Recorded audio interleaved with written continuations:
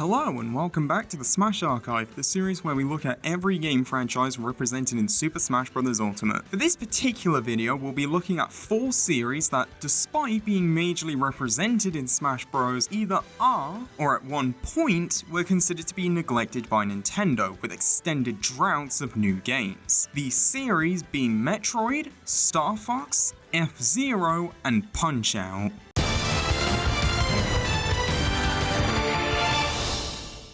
Now, the reason we're looking at these 4 series together is that, in addition to the commonality of all 4 of these series suffering from game droughts, with 3 of them also being sci-fi themed, with the possible exception of Metroid, none of these series really offered enough content to warrant their own episode, so I figured to group them together. For the specifics, we'll be taking a look at every Metroid game, with the sole exception of Metroid Prime Pinball, every mainline Star Fox game, the console F-Zero games, and then end off with a general overview of the Punch-Out series. With that out of the way, let's get started with Metroid.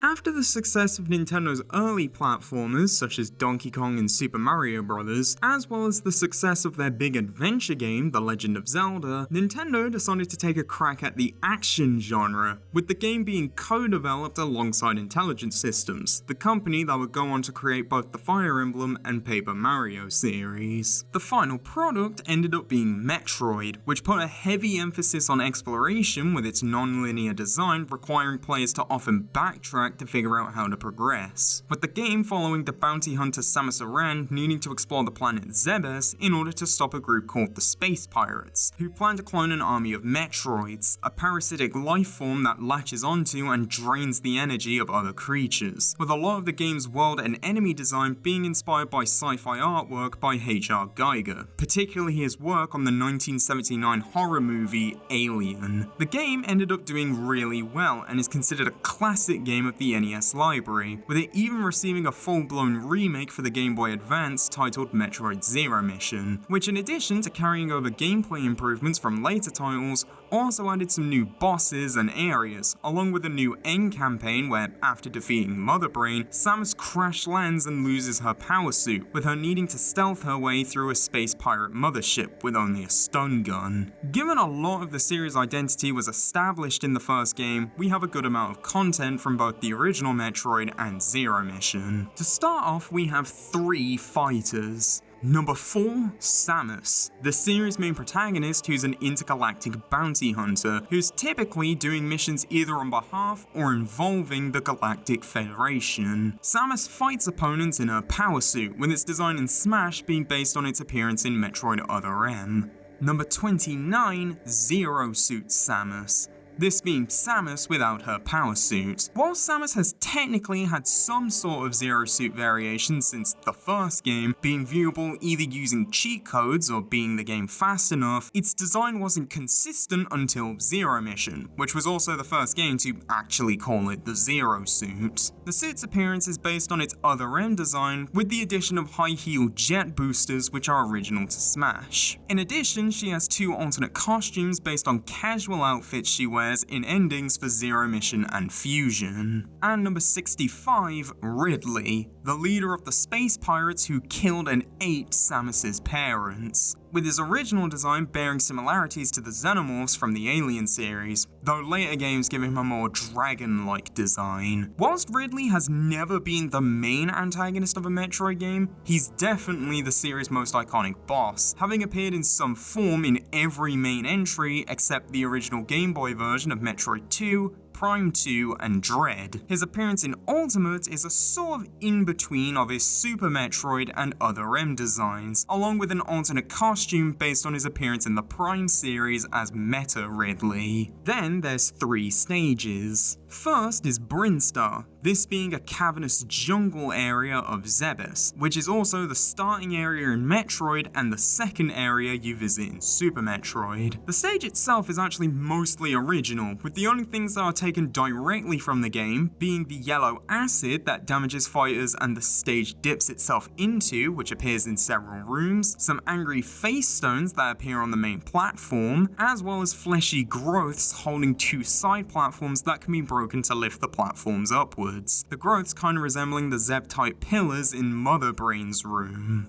In addition, a Chozo statue from Super Metroid can be seen sitting down on the main platform, with it occasionally walking around similar to the Teresa mini-bosses. Other than that, the rest of the stage seems to be mostly Smash original, with the only other notable things being some other flesh growths that can split the main platform into two sections if destroyed, and a large brain-like creature in the background that occasionally shakes and grows boils in reaction to the acid. Next is Brinstar Depths, which is another stage that is mostly original to Smash, with the fight taking place on a giant floating island with two smaller flowing stones above lava. The stage's name comes from the appearance of the boss Kraid, whose lair is located deep in Brinstar, who slashes at the stage causing it to rotate, with his large size and appearance being based on his design in Super Metroid. Despite this, the stage doesn't resemble Kraid's lair in either Metroid or Super Metroid, instead just giving the general vibe of being deep within a planet. Then finally there's North Air, a volcanic area filled with magma, which is where Samus finds the entrance to Ridley's hideout, with the stage's design being based on the area's appearance in Zero Mission and Super Metroid. The main hazard of the stage is the magma, where in addition to the platforms the fighters fight on dipping into it, which resembles rooms in Super Metroid where the magma will rise, magma falls can cover the left or right side of the stage along with showers of magma coming in from the background. In addition, a magma wave will sometimes approach the stage, with the only way to avoid getting hit being to get inside safety capsules, which resemble the bubble doors used throughout the series. The background features some bubble doors, brick sculptures which resemble ones present in Ridley's lair in Super Metroid, and two Chozo statues which resemble ones that appear in Crateria in Zero Mission. Following that is 9 music tracks, with a Smash 4 remix of the title screen music, which opens with the game's start jingle,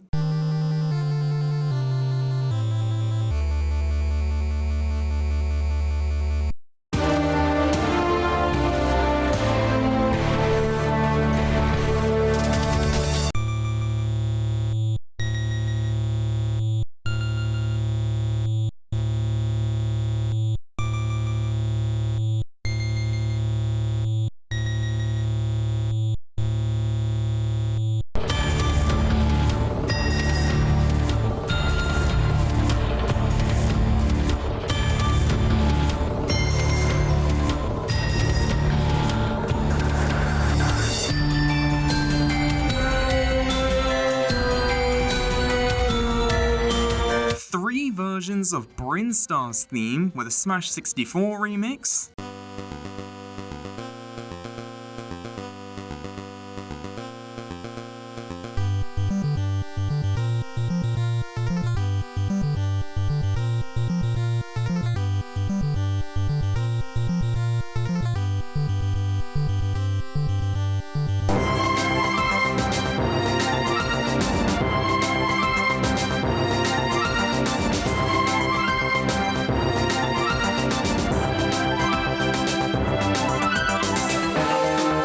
a Melee remix which also contains the game's start jingle and title theme,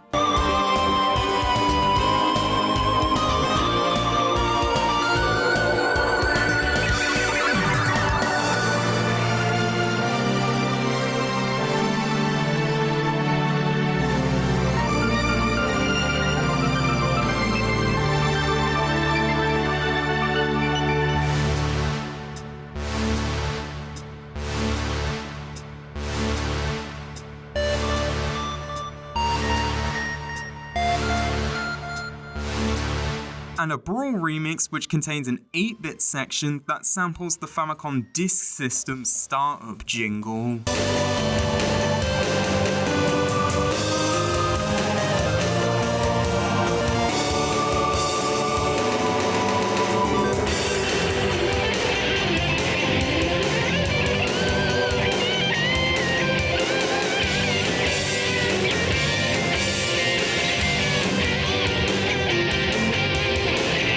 Versions of Brinstar Depths, the song that plays in Kraid's lair, with a Melee remix that also includes the secret area theme,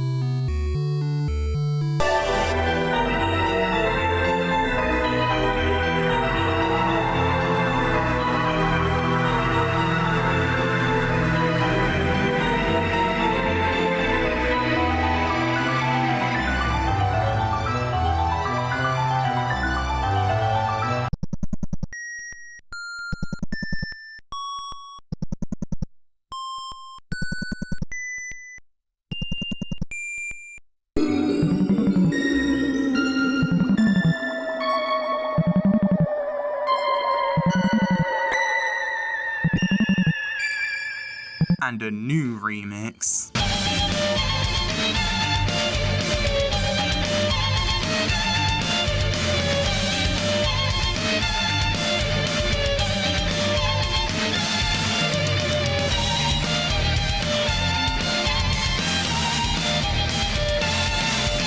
A Brawl remix of Norfair's theme,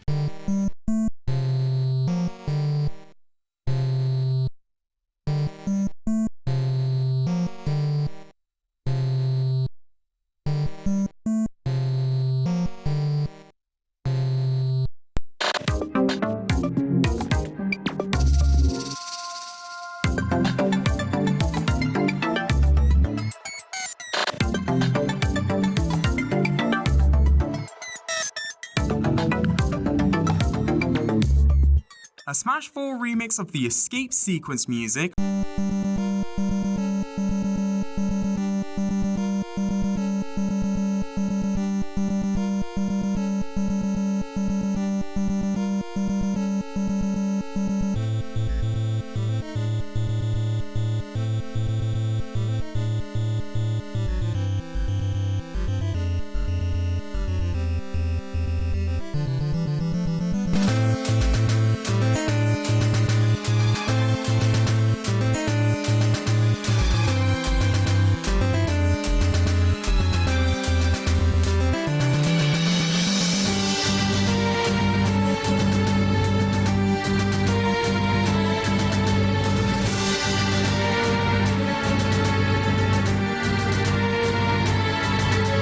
with the track also containing the Brinstar theme.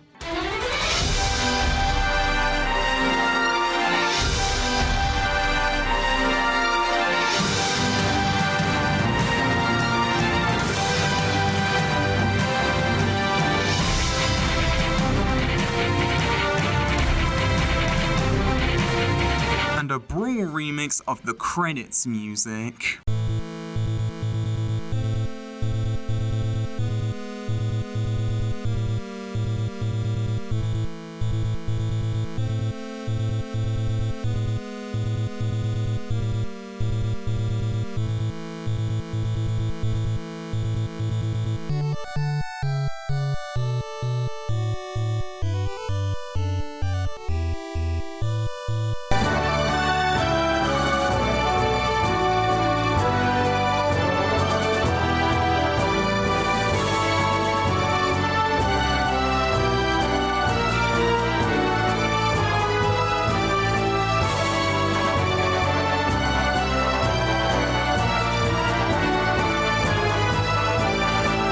That is the item Screw Attack, a recurring upgrade in the series that creates an electric shield around Samus while jumping in order to attack enemies, with the ability even appearing as Samus's up special. The Screw Attack item replaces a fighter's jumps with screw attacks, with them doing repeated electrical damage. Moving on, we have 2 assist trophies. Metroid, the aliens that the series is named after that can only be killed by freezing them with the ice beam and shooting 5 missiles at them, with them latching onto Samus and draining her health unless Samus uses a Morph Ball bomb. In Smash, they fly around and latch onto opponents' heads to deal constant damage, with Ultimate even adding the ability to freeze them with ice attacks. And Mother Brain, a biomechanical life form that controls the Space Pirate's fortress and defenses, with her acting as the final boss of Metroid and Super Metroid, with her design in Smash being based on her appearance in Zero Mission. In Smash, she fights opponents by summoning Rinkers, ring-like enemies that appear in Torian, the area Mother Brain is found, and shooting a large rainbow laser from her eye, which comes from her Super Metroid and Zero Mission battles. Then we have a costume for Mii Gunners based on Samus, which, like her appearance as a fighter, is based on her Other M design. Finally, there's 9 spirits. Number 264, Samus, a fighter spirit. The art comes from Samus Returns, which was the most recent Metroid game at the time of Ultimate's release. Number 266, Zero Suit Samus, a fighter spirit. The spirit art is from Other M, the same game the Zero Suit's design in Smash is based on. Number 267, Ridley, a fighter spirit. The the art coming from Zero Mission, which gave him a greener color palette compared to his usual blue or purple color scheme. Number 275, Gima, a one-slot novice primary shield spirit with the effect Jump Down. Originally being mistranslated as Zoomers, these are common enemies that stick to walls and ceilings whilst constantly moving in one direction. The art comes from Zero Mission, which is the only entry to still call them Zoomers after the translation was fixed, ignoring Prime, which made Zoomer and Gimas separate creatures. Number 276, Chozo Statue, a one-slot advanced support spirit with the effect Shooting Attack Up. Guardian statues of the Chozo, a race of humanoid bird creatures who hold upgrades for Samus. The art comes from Metroid 2, where the manual refers to them as Artifactor statues. Number 277, Metroid, a two-slot ace support spirit with the effect KO's Heal Damage. The spirit art comes from Samus Returns, where the game's plot revolves around wiping out the Metroids. Number 278, Mother Brain, a one-slot ace primary shield spirit which can be enhanced at level 99. The art's from Zero Mission, which is the same game her assist trophy design is from. Number 283, Kraid, a master spirit who runs the tank-style dojo, which increases attacks and damage resistance whilst decreasing jumps and mobility. The spirit artwork is from Super Metroid, which was the first game to make Kraid giant. And number 287, Mecha Ridley, a 3-slot advanced primary shield spirit with the effect initial damage 30%, an incomplete robot built in Ridley's image, which acts as the new final boss for Zero Mission.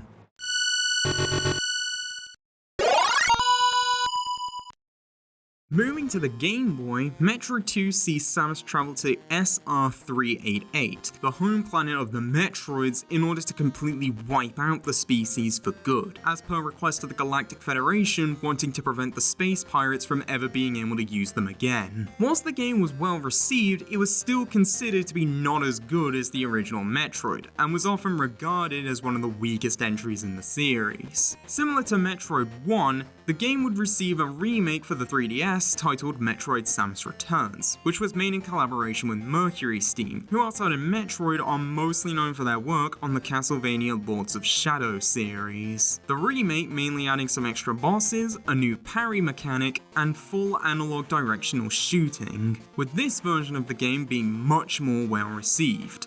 Given the underwhelming reception of the original Game Boy version, whilst there is a decent amount of content from Metroid 2, most of it is taken from the more popular Samus Returns. First, there's 3 music tracks, all of which are taken from Samus Returns. Magmore Caverns, which plays in areas with extreme heat.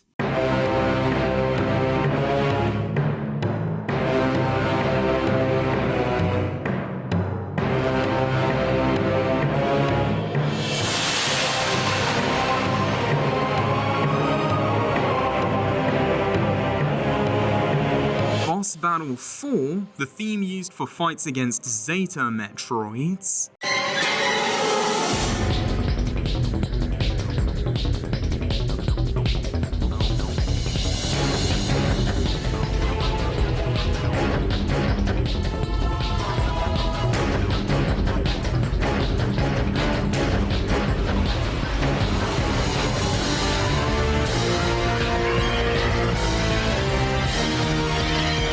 And the end result screen music showing the player's playtime and the amount of items they collected during their playthrough.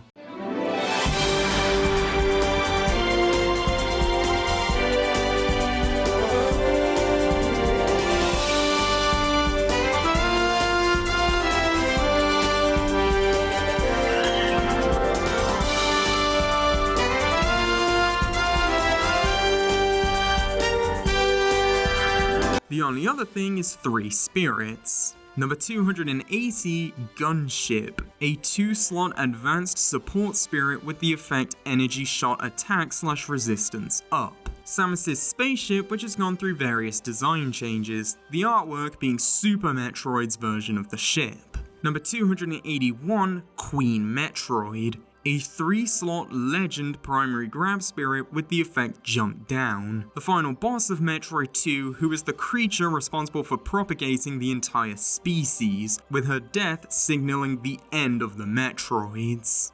And number 290, Diggernaut, a 1-slot advanced support spirit with the effect Berry Immunity, a rogue Chozo mining robot that Samus encounters multiple times, with it being a new addition to Samus Returns.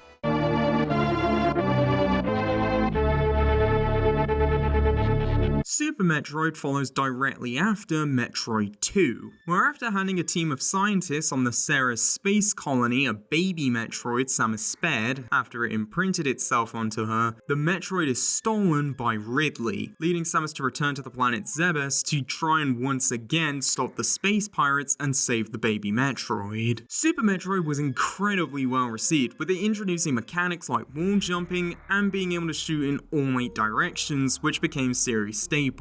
In addition to long being regarded as one of the best entries in the series, it's also credited alongside Castlevania Symphony of the Night as establishing the Metroidvania subgenre of action games. Given the large amount of love surrounding Super Metroid, there's a good amount of content from this game. To begin, there's 3 music tracks, with 2 versions of Ridley, Dragon, and the Torizo's battle theme, which has gone on to be Ridley's theme throughout the series, with a Brawl remix,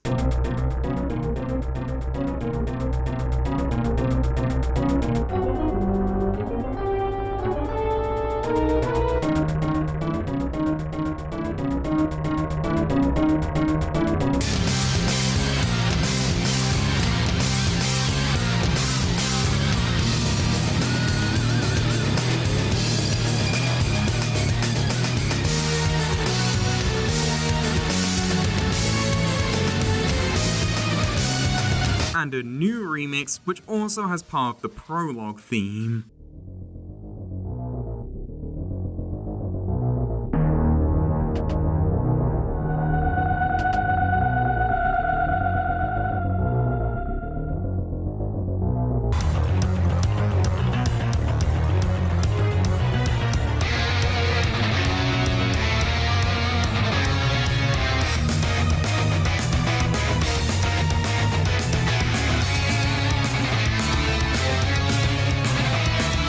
Along with a Brawl remix of Theme of Samus Aran's Space Warrior, Super Metroid's credits music, which has since become Samus's theme.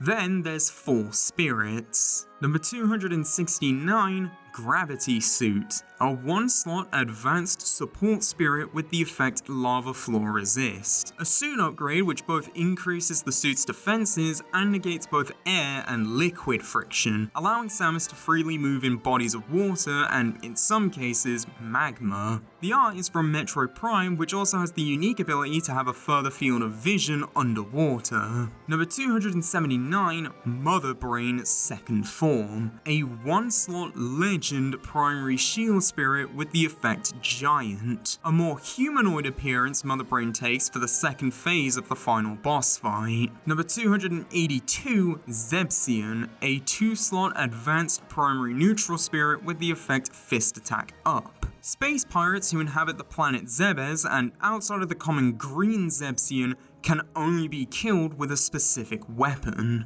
And number 284, Fantoon, a 2-slot advanced support spirit with the effect Sticky Floor Immunity, a ghost entity which can only be killed by shooting its eye, with it being one of the 4 bosses Samus has to kill to reach Mother Brain.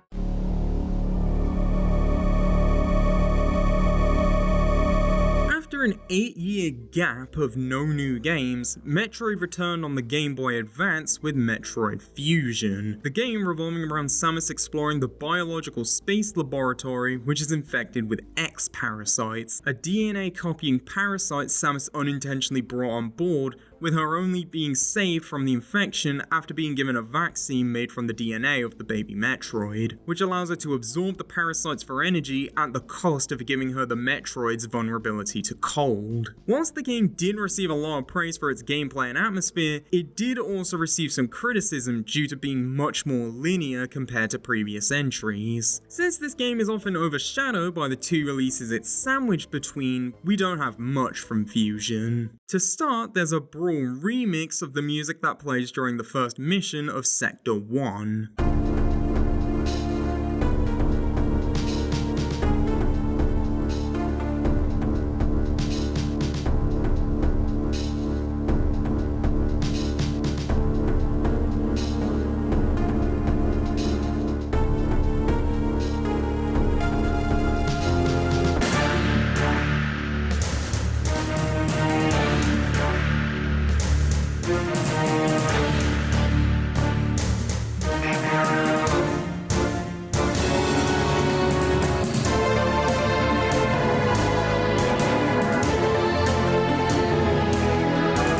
In addition, there's 3 spirits. Number 270, Fusion Suit, a 3-slot ace primary neutral spirit with the effect shooting items power up. Samus' new suit from Fusion, which is effectively the power suit after all the parts infected with X-parasites were removed, making it less bulky but also much weaker. Number 285, X-Parasite, a 2-slot novice primary attack spirit which can be enhanced at level 99. A species of parasitic organisms which copies a creature's memory and DNA before killing the host via the nervous system, with them being allowed to grow and fester thanks to the Metroids, the parasite's only known predator being extinct. Thanks to Samus being injected with the Metroid vaccine, the creatures end up actually being helpful for Samus by healing and replenishing weapon ammo when absorbed. And number 286, Nightmare, a 2-slot ace primary attack spirit with the effect Lifesteal, a boss for in Sector 5 which gets possessed by the X-parasites and can manipulate gravity. The art is from Other M, where 1 is for in Sector 2.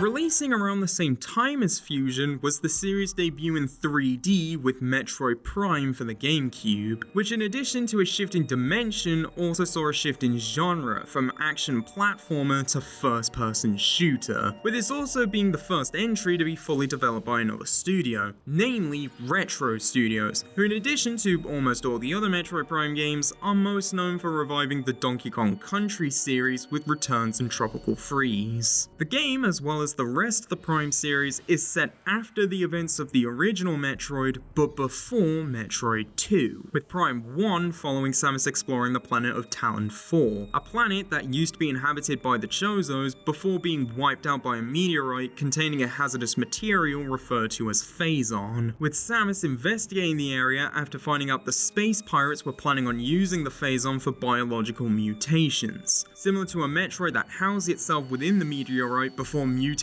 beyond recognition into the creature known as Metroid Prime. The game was a smash hit, with it holding the title for best-selling entry in the series for almost 20 years, and was one of the most critically acclaimed games of all time, with the game later receiving a Wii re-release, albeit it was originally Japan only before being bundled as part of the Metroid Prime Trilogy collection, as well as very recently receiving a Switch remaster. Thanks to this, we have a good amount of content from Metroid Prime. First is the stage for Frigate Orpheon, a space pirate vessel where they were performing experiments with the mutagenic substance Phazon, with Samus arriving after a distress signal was sent out when 2 parasite queens escaped captivity, with the location acting as the opening area of the game. The stage is specifically based on the room where Samus fights one of the escaped parasite queens, with the creature appearing in the background. In addition to occasional blackouts making it harder to tell where platforms are, occasionally a siren will blare out, after which the stage flips upside down, leading to a different layout, with these effects potentially being based on when the facility enters a meltdown stage after the parasite queen is killed, with Samus being given 7 minutes to escape before it crashes into the planet Talon 4.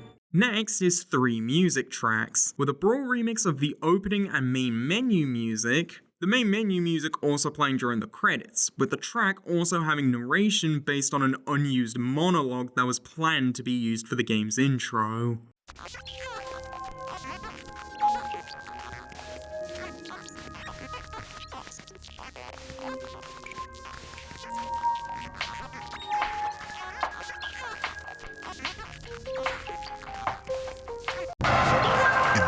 Space, below the surface of planet Zegas, Samus Aran faced the space pirates. She destroyed their operation, wiped out the parasites called Metroids, and defeated Mother Brain. But the pirates were far from finished.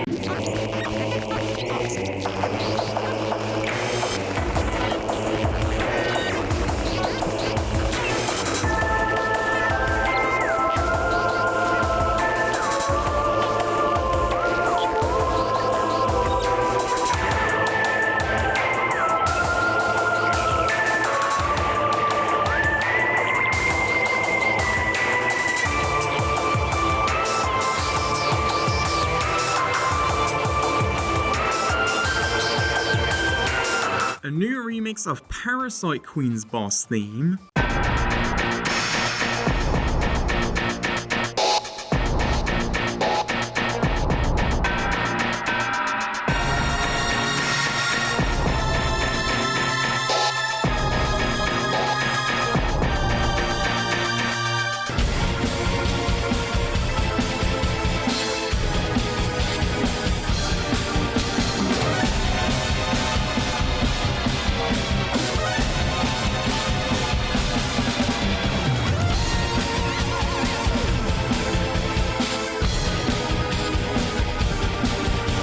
and Meta Ridley's boss theme.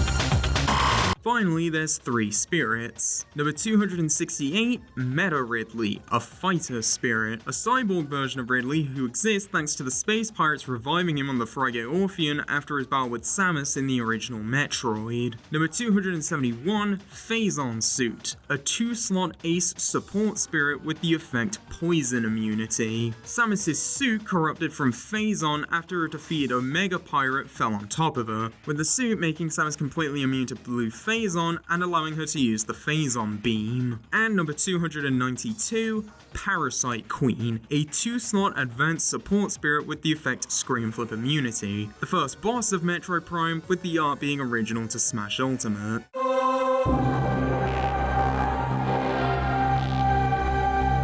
Metroid Prime 2 Echoes sees Samus explore the planet of Aether, a world that, after getting hit with a meteorite, split into 2 separate worlds, a light one and a dark one, with the creatures of the dark world, the Ing, constantly attacking and stealing the light from the light world, with Umos, a Luminoth sentinel from Light Aether, requesting Samus return the light and defeat the Ing before the light side is destroyed forever, with Samus encountering a mysterious Phazon clone of herself multiple times. Whilst Prime 2 received similar critical acclaim to Prime 1, it's often criticized for some difficulty spikes, specifically regarding certain bosses and an endgame hunt for collectibles in Dark Aether needed to reach the final boss. Similar to the first Metroid Prime, this game would also see a Wii re-release which was Japan only, until being included as part of the Metroid Prime trilogy compilation with the Wii version of Prime 1 and Prime 3. Despite not being as loved as the original Metroid Prime, we do have a decent amount of content from Prime 2.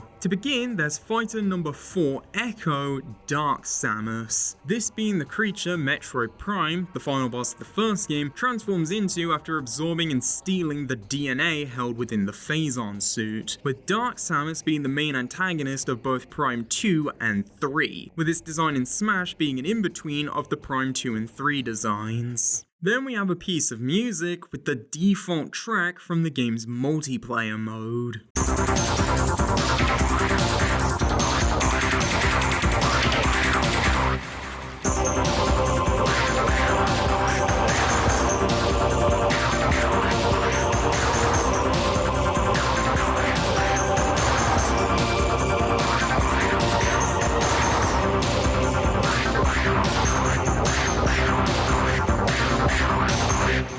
To end off, there's 3 spirits. Number 265, Dark Samus, a fighter spirit, the artwork being the original, more organic looking Prime 2 design. Number 272, Dark Suit, a 2-slot advanced primary shield spirit which can be enhanced at level 99. A suit Samus gains after defeating a Morbis, which drastically reduces the amount of damage Samus takes from Dark Aether's atmosphere. And number 273, Light Suit, a 2-slot legend primary shield spirit with the effect Healing Shield, an upgraded version of the Dark Suit Samus obtains late in the game, which makes her completely immune to the hazardous environment of Dark Aether.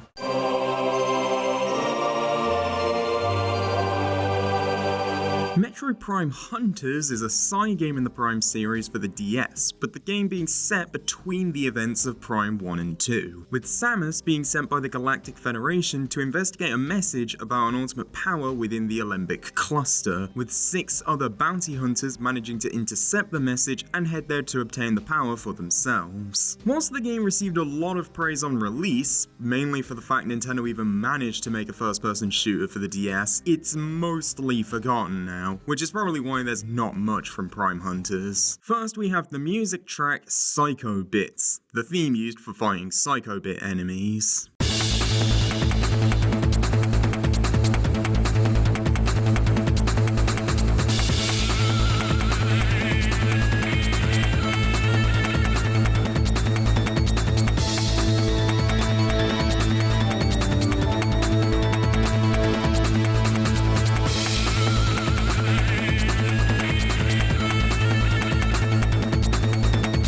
In addition, there's 2 spirits. Number 293, Candon, a 1-slot novice support spirit with the effect Electric Resist Up, an escaped lab experiment that shoots slow but powerful yellow energy shots with his weapon, the Volt Driver. And number 294, Trace, a 1-slot novice primary attack spirit, a Kricken who's working to expand the Kricken Empire as a rite of passage, who acts as a sniper with his weapon, the Imperialist, which shoots long-range lasers and makes him invisible when he doesn't move.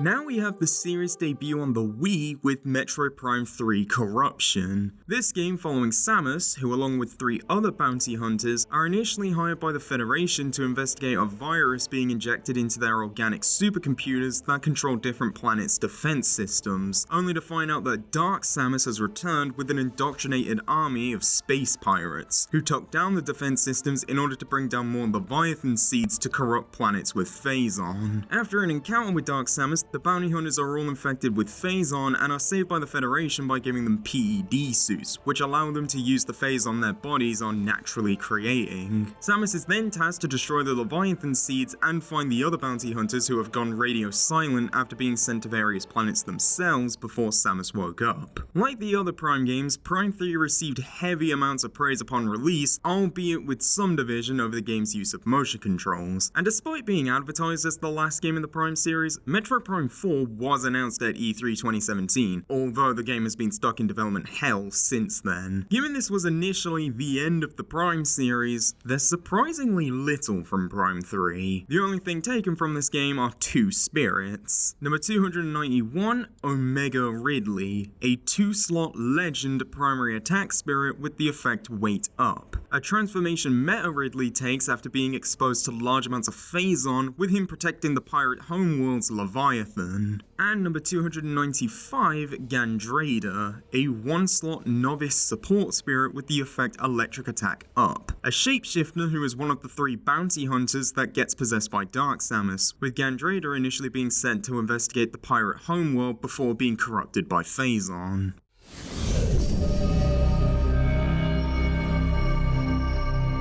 Now we have arguably the most infamous Metroid title with Other M, which was developed in collaboration with Team Ninja, who are mostly known for the Ninja Gaiden reboot and the Dead or Alive series, with the game being set between the events of Super Metroid and Fusion. This entry seeing Samus explore a vessel called the Bottle Ship alongside a Galactic Federation platoon, with them trying to find out what happened to the group of scientists who were conducting bioweapon experiments on the Bottle Ship. Despite selling well and getting some good reviews, the game was heavily despised for its weak writing, particularly how the upgrade system was handled and people feeling the game ruined Samus's characterization, with it often being blamed as the reason why there was a hiatus in the series after release. Despite the negative reception, since this was the last mainline Metroid game by the time Ultimate released, there's a good amount of content from Other M. To start, there's 3 music tracks. Lockdown Battle Theme, which plays during various mini-bosses.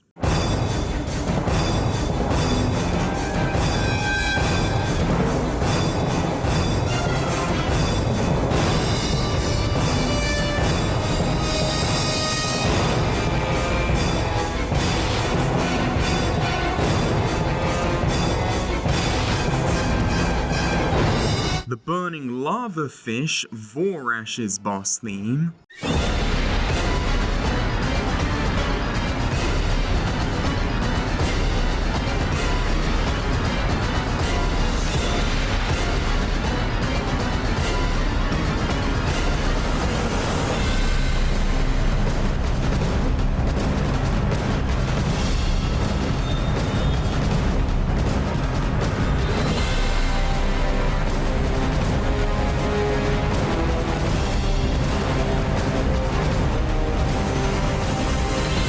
And Nemesis Ridley, Ridley's boss theme.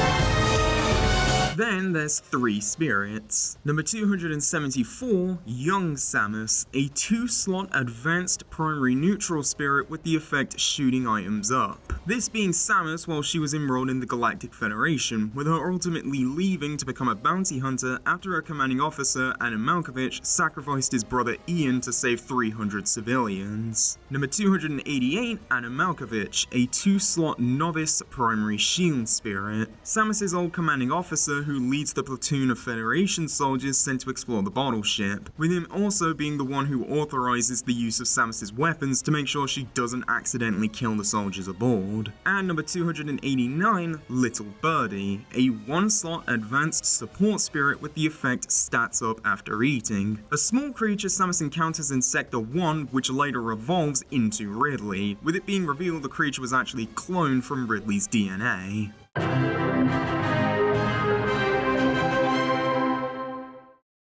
Metroid Prime Federation Force is a multiplayer-focused Metroid Prime spin-off for the 3DS, made by Next Level Games, the studio responsible for the Mario Strikers series and Luigi's Mansion sequels. This was also the first and so far only Metroid game to not have Samus as the main protagonist, instead focusing on a team of up to 4 Galactic Federation Marines who are on a mission to eradicate the space pirates after Samus successfully nullified Phazon at the end of Prime 3. The The game received a mixed reception and sold poorly, with fans basically hating the game upon announcement due to it bearing very little resemblance to the rest of the series, and the fact Nintendo was following up a 6-year hiatus after the controversial Other M with a multiplayer spin-off was viewed as being rather tone-deaf. Because of that, there's not much from Federation Force. First, we have a music track with the game's title screen music.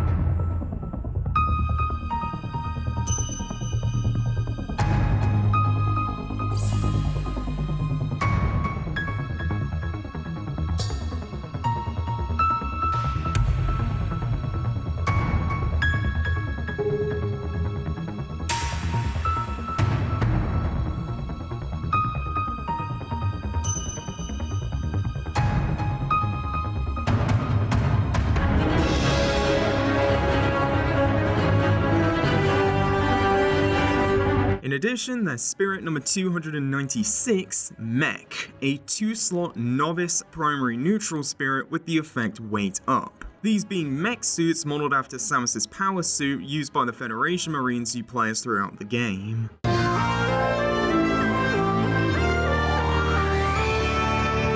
To end off the Metroid series, we have Metroid Dread for the Switch, which was the first new 2D Metroid since Fusion after 19 years, with the game being made by Mercury Scene, the same studio who made Samus Returns 4 years earlier. The game follows Samus exploring the planet ZDR after the Galactic Federation received evidence that more of the X-Parasites from Fusion were on the planet, and the 7 extraplanetary multiform mobile identifiers, or EMI robots they initially sent, ended up losing contact. Samus ends up getting trapped within the planet after an encounter with a Chozo warrior, with her needing to find a way to escape whilst constantly being hunted down by the EMI robots, which were reprogrammed to kill Samus. Dread received massive praise for being a return to form for the series, and ended up becoming the best-selling entry with around 3 million copies sold. Since this game released after Ultimate, the only content from this game are 3 spirits added as part of a Spirit Board event. Those 3 spirits being number 1497, Samus Metroid Dread, a 3-slot Ace primary shield spirit with the effect shooting items power up. This specifically being Samus's design near the start of the game after she loses all her suit upgrades. Number 1498,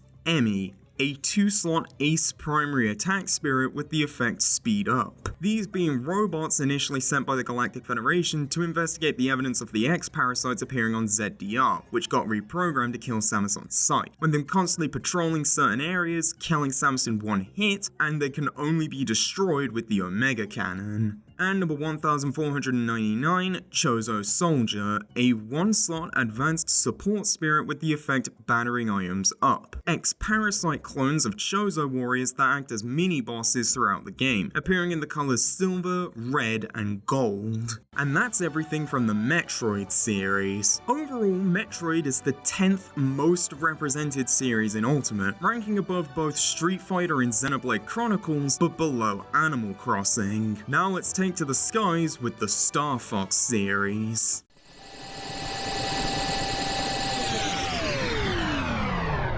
In the early 90s, Nintendo worked with the British studio Argonaut Games plc to make a game for the Super Nintendo with 3D models, using a special coprocessor dubbed the Super FX chip. The game being a space shooter inspired by Argonaut's previous work with the Star Glider series for the Atari ST and Amiga computers. The final result would be Star Fox, though the game would be renamed to Star Wing in Europe due to potential legal issues with a German company called Star Vox.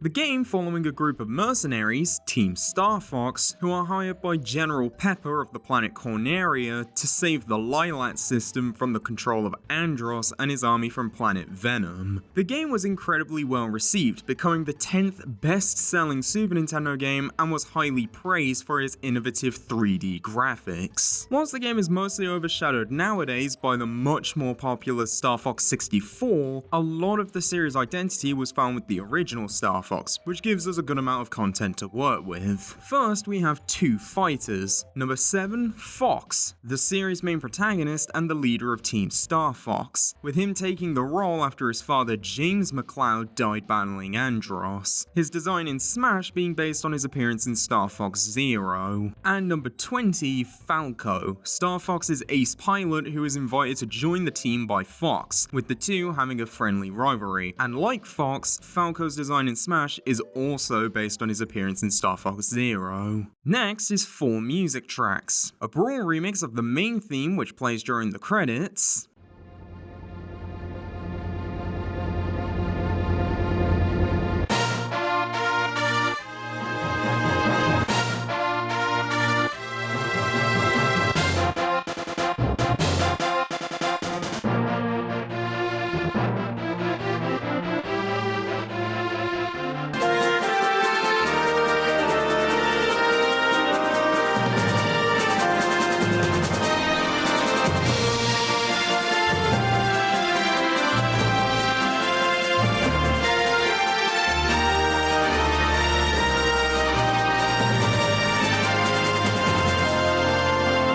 remix of Corneria, the game's first level, regardless of which route you take.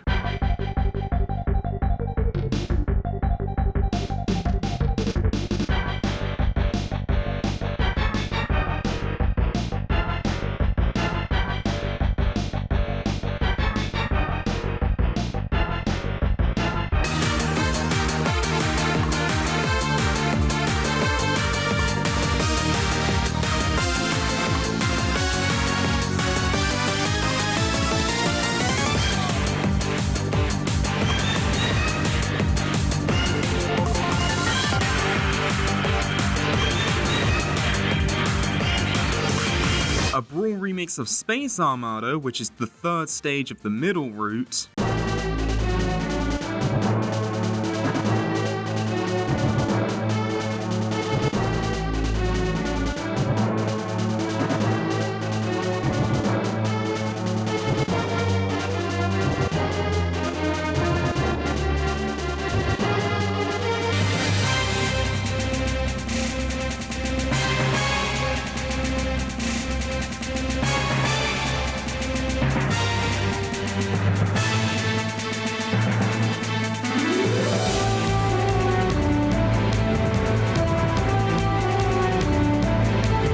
And a Melee medley containing the themes for Venom,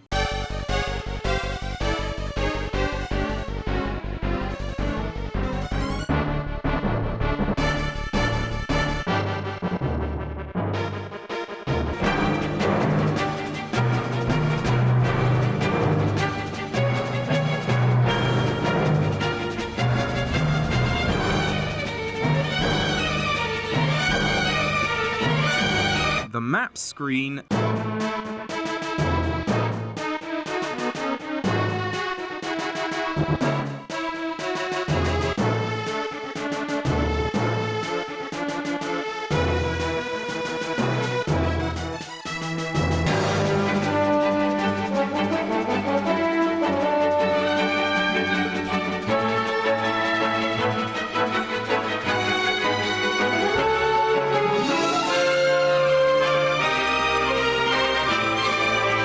and Space Armada.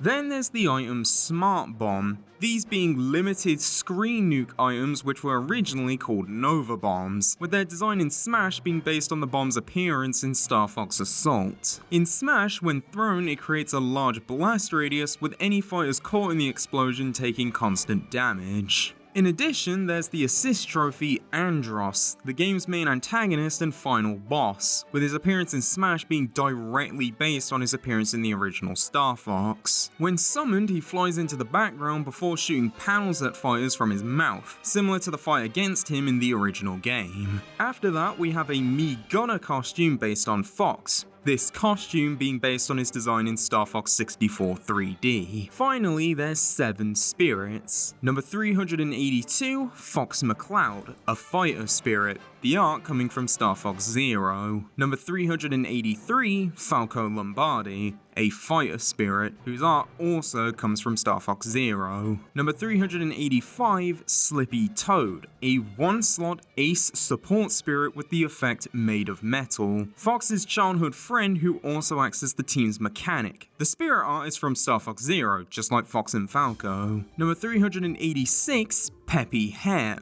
a master spirit who runs the Air Style Dojo, which increases jumps as well as both air mobility and attacks, whilst decreasing both ground mobility and attacks. The only member of the original Star Fox team ran by Fox's father, who offers the team helpful advice, and like the rest of the team, his spirit art is from Star Fox Zero. Number 390, R-Wing, a 2-slot ace support spirit with the effect Gravity Change Immunity, these being the ships primarily used by the members of Star Fox. The artwork is from Star Fox Zero. Number 400, Andross, a 2-slot advanced primary grab spirit. The art is taken from Smash for Wii U, where Andross was also an assist trophy. And number 404, General Pepper, a 1-slot advanced support spirit which lets you start the battle with a back shield. A general in the Cornerian Defense Force who acts as Star Fox's employer. The art is from Star Fox Assault, where he initially hires the team to deal with an attack on Fortuna, with him later getting possessed by the Aperoids when they invade Corneria.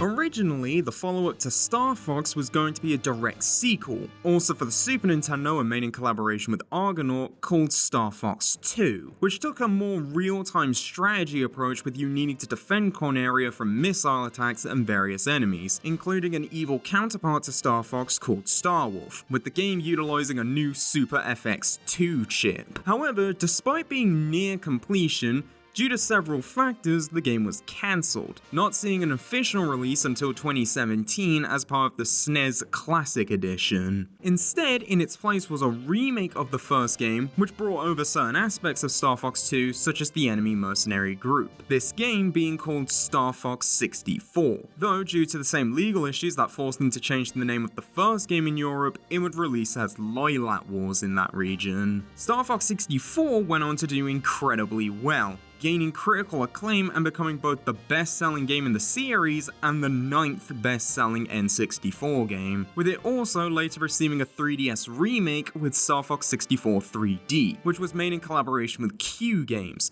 who have mostly worked on the Pixel Junk series, with the company being founded by Dylan Cuthbert, an ex-Argonaut employee who actually worked on the original Star Fox. Because of how important this game is within the series' history, Star Fox 64 is the most represented Star Fox game in Ultimate. To begin, we have fighter number 44, Wolf, the leader of Starwolf, a group of mercenaries hired by Andross to take down the Star Fox team, who fight the group in Fuchina, Bols, and Venom if you take the route from Area 6. Whilst Wolf's face is based on his appearance in Star Fox Zero, his outfit is original to Smash. Then we have the stage Venom, this being a recurring planet in the series, first appearing as the final level in the original Star Fox, though its design in Smash is based on the area's appearance in Star Fox 64, where it also acts as the final level. The fight takes place on the Great Fox, which is facing the camera, with it occasionally traveling through caves which prevent fighters from being launched in certain directions. In addition, R-Wings and Wolfens will occasionally shoot at the Great Fox, the resulting explosions damaging fighters. Finally, by tapping the down taunt button whilst playing as either Fox or Falco, you can listen into conversations among the members of Star Fox, with the portraits for the conversations being based on their appearance in Star Fox 64 3D. Next is 9 music tracks, with 3 versions of the main theme, which went on to be the main theme of the series, with a Smash 64 remix,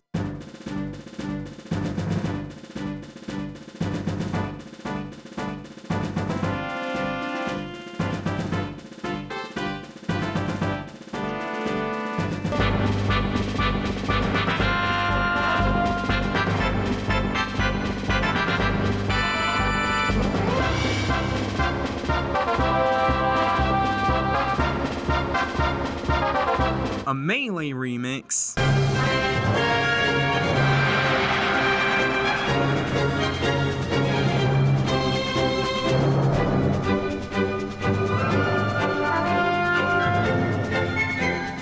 and a Brawl remix.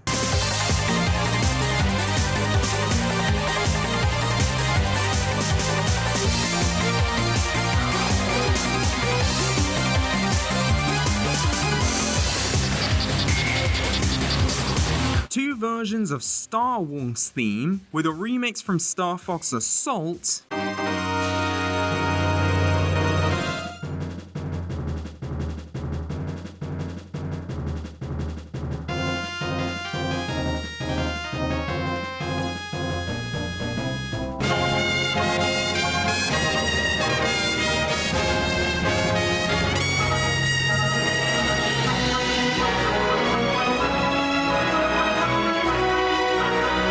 and a Brawl remix.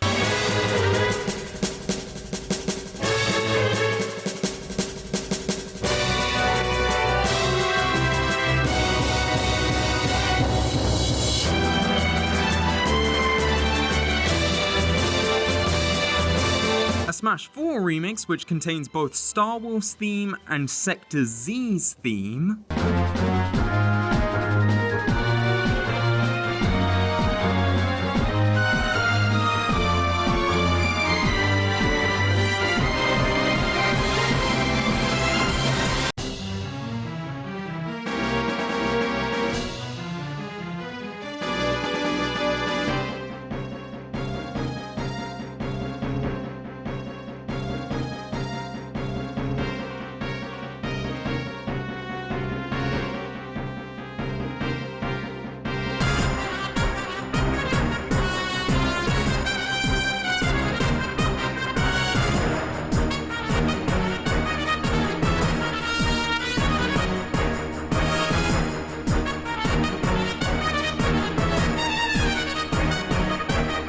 Two versions of Area 6's theme, both of which are from Brawl.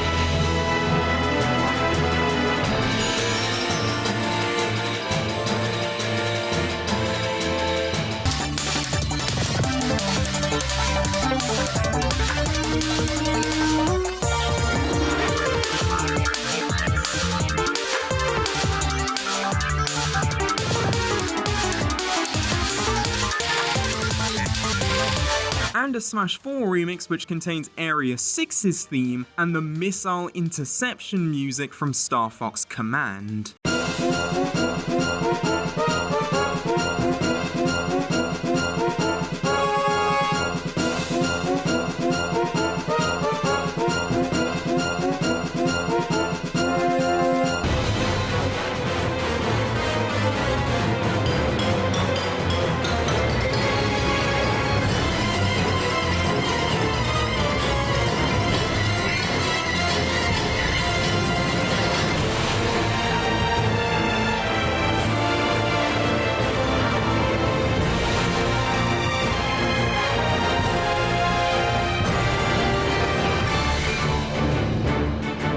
To end off, there's 11 spirits. Number 384, Wolf O'Donnell, a fighter spirit. The art comes from Star Fox Assault, where he's taken over the Sargasso Space Zone, a hub for criminals and former members of Andross's army, with him later working with Star Fox to take down the Aporoids. Number 388, Rob64, a one-slot advanced support spirit with the effect shooting items up. The operations and maintenance robot of the Great Fox, with him mainly serving to provide information about major events in the game. The art is from Star Fox Assault, where he fulfills a similar role. Number 389, James McCloud, a 3-slot legend primary shield spirit. Fox's deceased father and the original leader of Star Fox. The art is from Smash for 3DS, where he has a trophy based on his appearance in Star Fox 64 3D. Number 391, Great Fox, a one-slot legend support spirit with the effect Metal Killer. The mothership of the Star Fox team, which serves as their base of operations.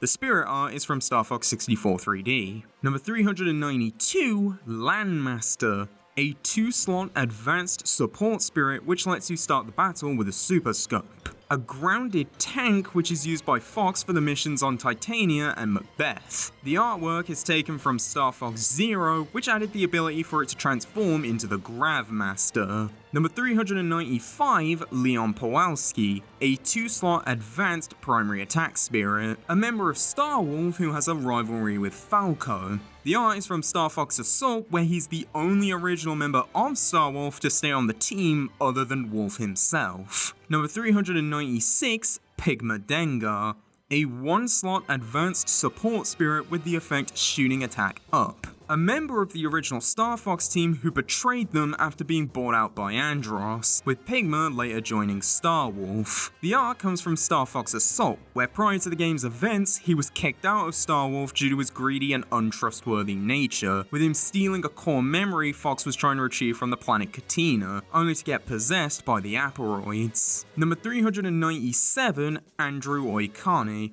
a one-slot novice primary grab spirit. Andros' nephew, who is another member of Star Wolf. The spirit art comes from Star Fox Assault, where after his uncle's death, he left Star Wolf to take control of the Venomian army, with the game opening with Star Fox being called to take down the last of his army on Fortuna, only for Andrew's ship to be destroyed by the first Aporoid seen in the game. Number 399, Wolfen, a one-slot ace support spirit with the effect Shield Damage Up. The ship's used by members of Star Wolf, effectively acting as their versions of the R-Wing, the art coming from Star Fox Zero.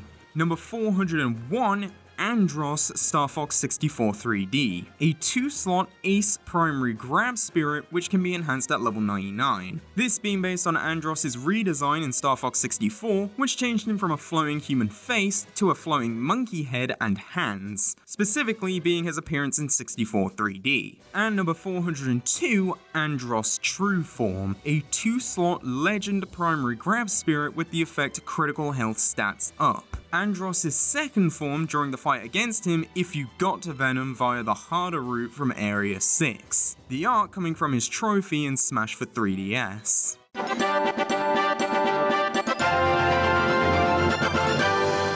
Starting life as an original title for the Nintendo 64, Dinosaur Planet was an open-world adventure game being made by Rareware, the same studio behind the Donkey Kong Country and Banjo-Kazooie series. But after Nintendo caught wind of the game, they made two requests: shift development from the N64 to the GameCube, and replace one of the game's protagonists, Saber the Wolf, with Fox McCloud. The final result was Star Fox Adventures, which in addition to being the first entry to keep the Star Fox name in Europe, was also the last game Rare would make with Nintendo before being bought out by Microsoft in 2002, with the game taking place 8 years after the events of Star Fox 64, with Fox needing to recover the 4 Spell Stones and 5 Krazoa crystals in order to save the planet Soria from being broken apart by General Scales. Whilst receiving positive reviews and selling well, it's often criticized for its gameplay and setting being too far of a departure from the rest of the series, often feeling more like a Zelda game than a Star Fox game. Due to this departure from the series norms, we don't have much from Adventures. To start, we have the assist trophy Crystal, a female fox who initially answers the distress signal from Soria, only to get captured within a large crystal, with Fox using her spear as his main weapon throughout the game. In Smash, she attacks fighters using her sphere, either swiping at them or using ice projection attacks. In addition, there's 2 spirits. Number 387, Crystal, a 2-slot legend primary neutral spirit with the effect Magic Attack Up. After being saved by Fox, she ends up joining the Star Fox team, taking Peppy's role in R-Wing missions due to his old age. And number 405, Tricky, a 1-slot novice primary shield spirit with the effect Wait Up. The prince of the Earthwalkers, the dinosaur race who live on Soria, with him acting as the game's companion character.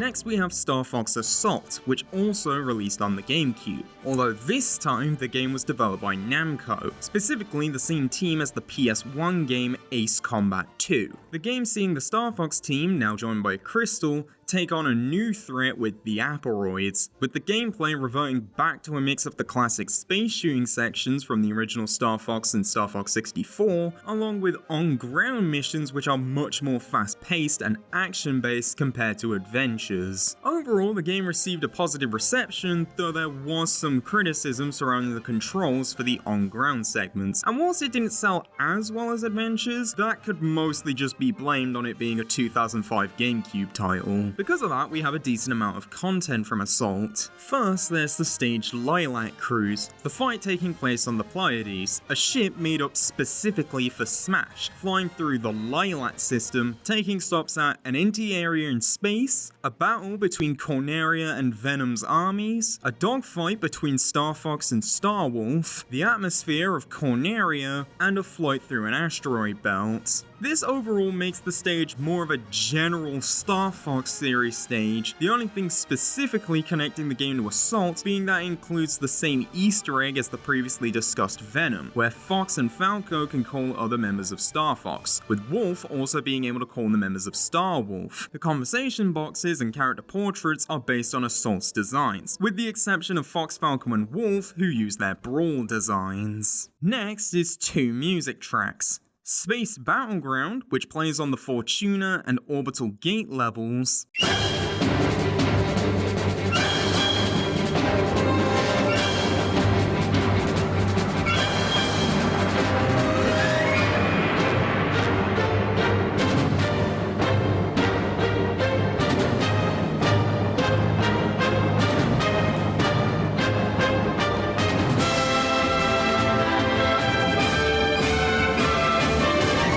and Break Through the Ice, the theme for the Fortuna level.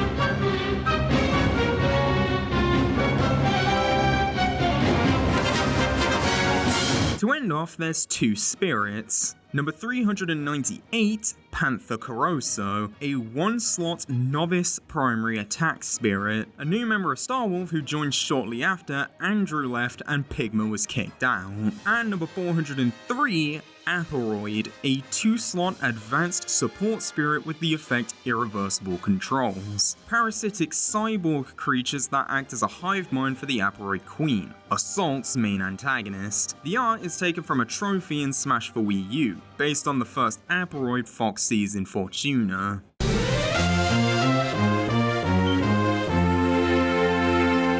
Moving to the DS, we have Star Fox Command, which was made in collaboration with Q Games, who as mentioned earlier would go on to help develop Star Fox 64 3D. The game having similar gameplay to the cancelled Star Fox 2, with the player being tasked with protecting the Great Fox from various enemies by drawing paths for ships to follow, with gameplay similar to the dogfights of previous entries popping up whenever a player's ship and enemy unit collide. The plot starts with Star Fox reassembling to deal with a new threat with the Anglers, though from then on the game has multiple endings based on how the player chooses to progress the story, with the game having 9 different endings across 18 routes. Whilst the game received a decent amount of praise at the time, it's not looked back on fondly, mostly being criticised for the repetitive gameplay, the touchscreen only controls, and a decent amount of people not liking how the story was handled. Because of that, there's not much from Command. Other than a previously mentioned music track, the only thing taken from this game is Spirit number 406,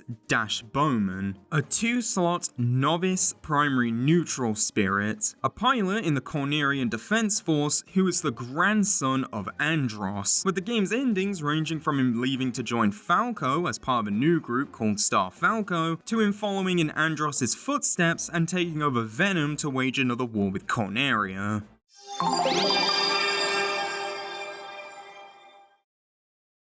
After a 10-year gap of no new entries outside of a 3DS remake of Star Fox 64, the series would finally make a return with Star Fox Zero for the Wii U. This game being made in collaboration with Platinum Games, who are mostly known for the Bayonetta series, with Zero acting as another series reboot, effectively retelling the plot of the original Star Fox and Star Fox 64. The game received a mixed reception, mostly coming from people not liking the game's controls, where you had to look at the TV for movement and the gamepad to aim, or that the game had seemingly completely just undone all the story progress from Adventures onwards. However, since this is the most recent game in the series, we have a decent amount of content from Star Fox Zero. To start, we have the stage Corneria, a recurring location in the series which initially appeared as the first level of the original Star Fox. Originally, the stage was based on 64's rendition of Corneria, but Ultimate updated the stage to be based on Zero's version of the location. Like Venom, the fight takes place on the Great Fox, this time from the perspective of the side of the ship. The main difference from the perspective shift being that you can't stand on the wings, but can stand on the Great Fox's cannons, which occasionally fire, dealing damage to any fighters hit by it. Both R-Wings and Wolfins can fly towards the Great Fox, shooting lasers like on Venom, with fighters being able to stand on the ships. Finally, the same Team Cole Easter egg from Venom also appears on this stage. Then there's 3 music tracks. The theme for the first mission on Corneria,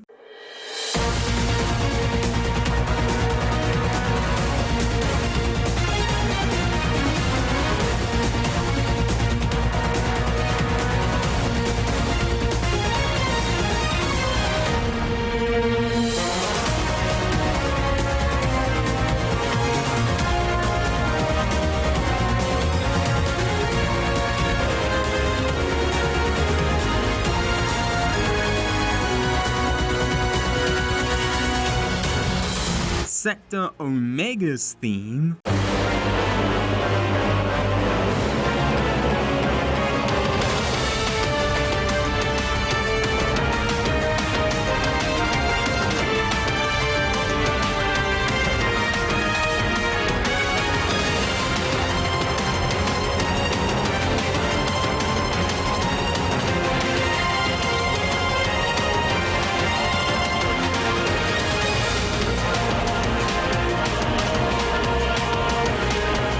Return to Corneria, the music from the second mission on Corneria.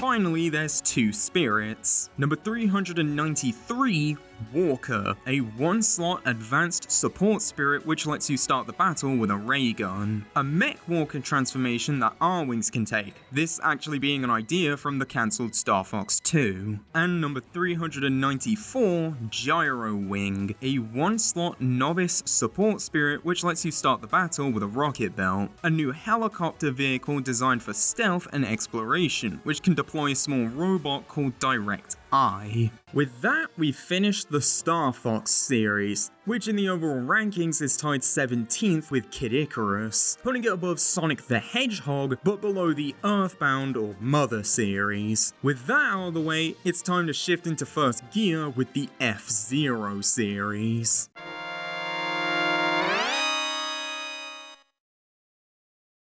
The original F-Zero was a launch title for the Super Nintendo, alongside titles like Super Mario World, the game being a futuristic racing game that made heavy use of Mode 7, a form of texture mapping which allows a graphical plane to be freely rotated and scaled, in order to give the illusion of the game taking place in a 3D space. The series takes place in the 26th century, focusing on an interplanetary Grand Prix race called F-Zero, due to the races being based on the real-world Formula 1 or F1 races. The game was heavily praised for its use of Mode 7 and fast-paced gameplay, with it going on to be the Super Nintendo's 15th best-selling game, with around 2.85 million copies sold. Because of that, we have a lot of content from the original F-Zero. To begin, we have fighter number 11, Captain Falcon, a bounty hunter and the pilot of the Blue Falcon, who actually started life as a potential mascot for the Super Nintendo, before later becoming the main protagonist of F-Zero, with his design in Ultimate being based on his appearance in F-Zero GX. Next is the stage Mute City SNES, Mute City having 3 variations in the original game, which act as the starting track in all 3 cups, the stage in Smash specifically being based on Mute City 1. The fight itself taking place on 2 floating platforms original to Smash, as well as the various cars you can drive in the game, the fighters taking damage if they fall on the road. Then we have 19 music tracks, with 4 versions of Mute City, with the original track,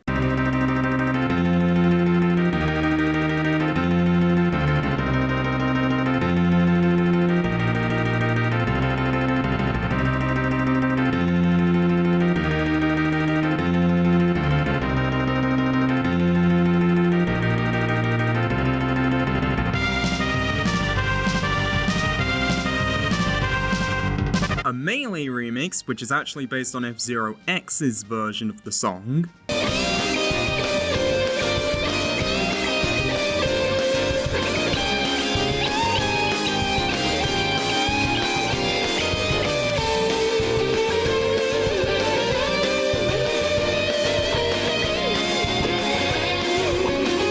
a Brawl remix,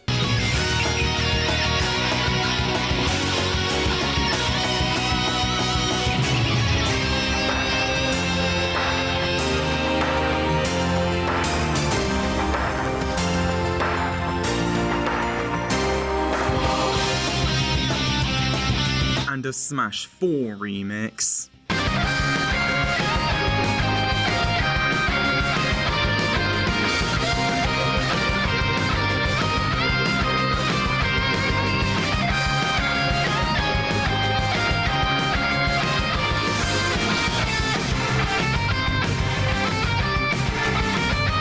Three versions of Big Blue, the second track of the Night Cup, with the original song,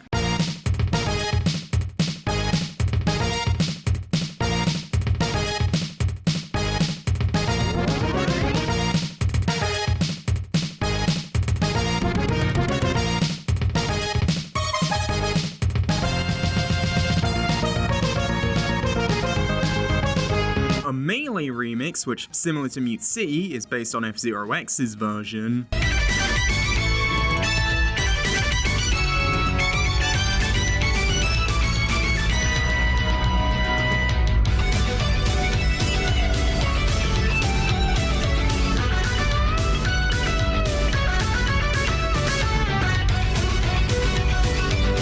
and a new remix.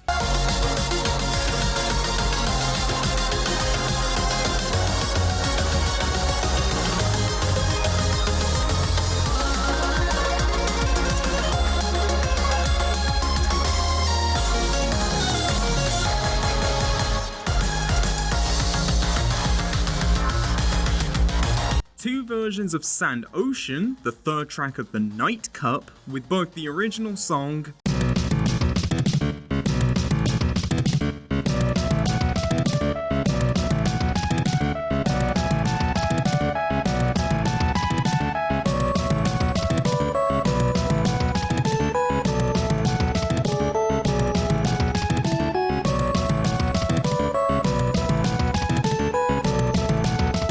and a new remix.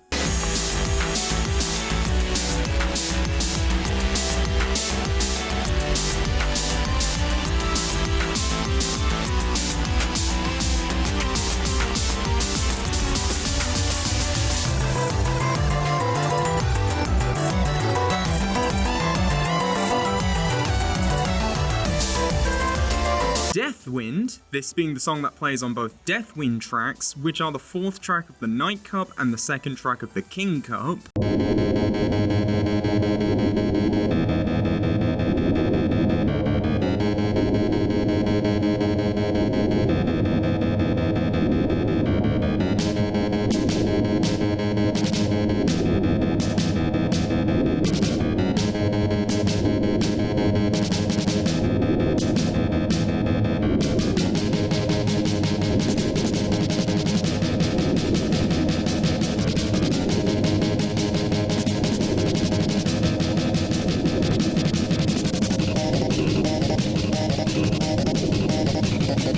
F-Zero Medley, a new track consisting of various songs from the game along with original lyrics. The song containing the Life Lost jingle,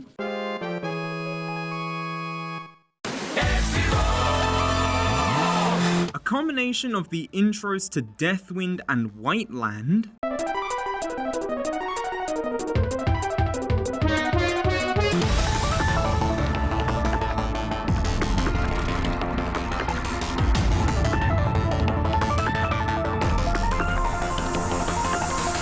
Field,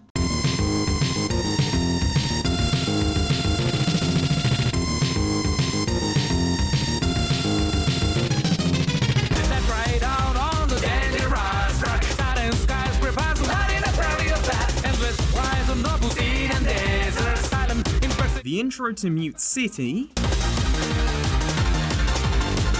the outro to Red Canyon,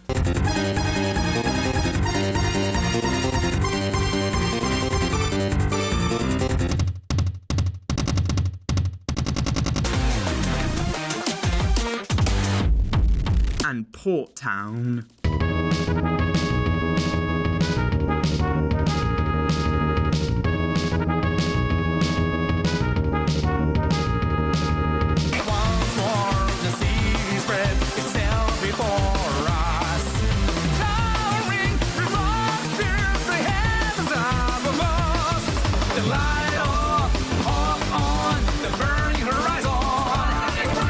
Silence, the final track of Night Cup.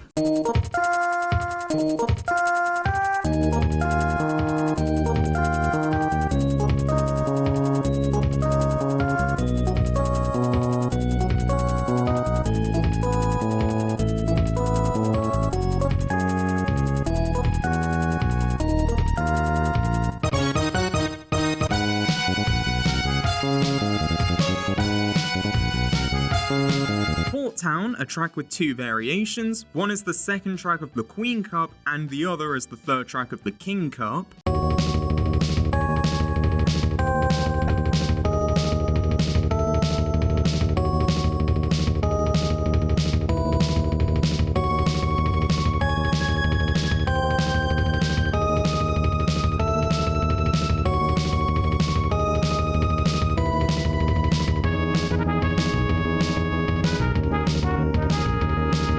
Red Canyon, a track with 2 versions, with one is the 3rd track of the Queen Cup and the other is the 4th track of King Cup.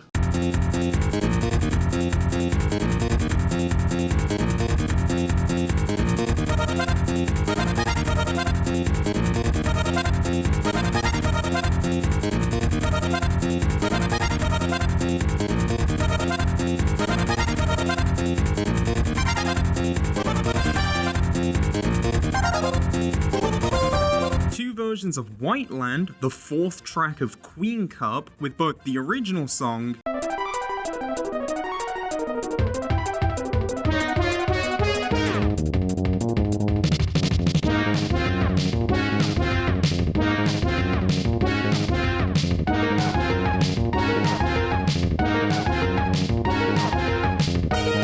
and a Brawl remix which incorporates elements from Whiteland 2.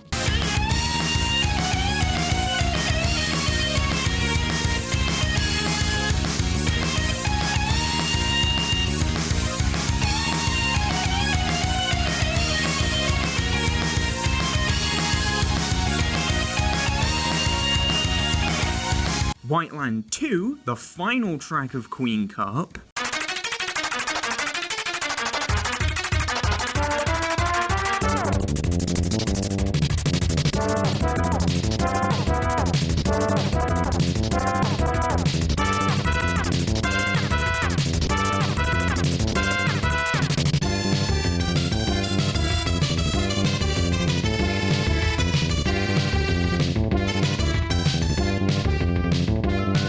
And two versions of Firefield, the final track of King Cup and hence the final track of the game, with it getting both the original song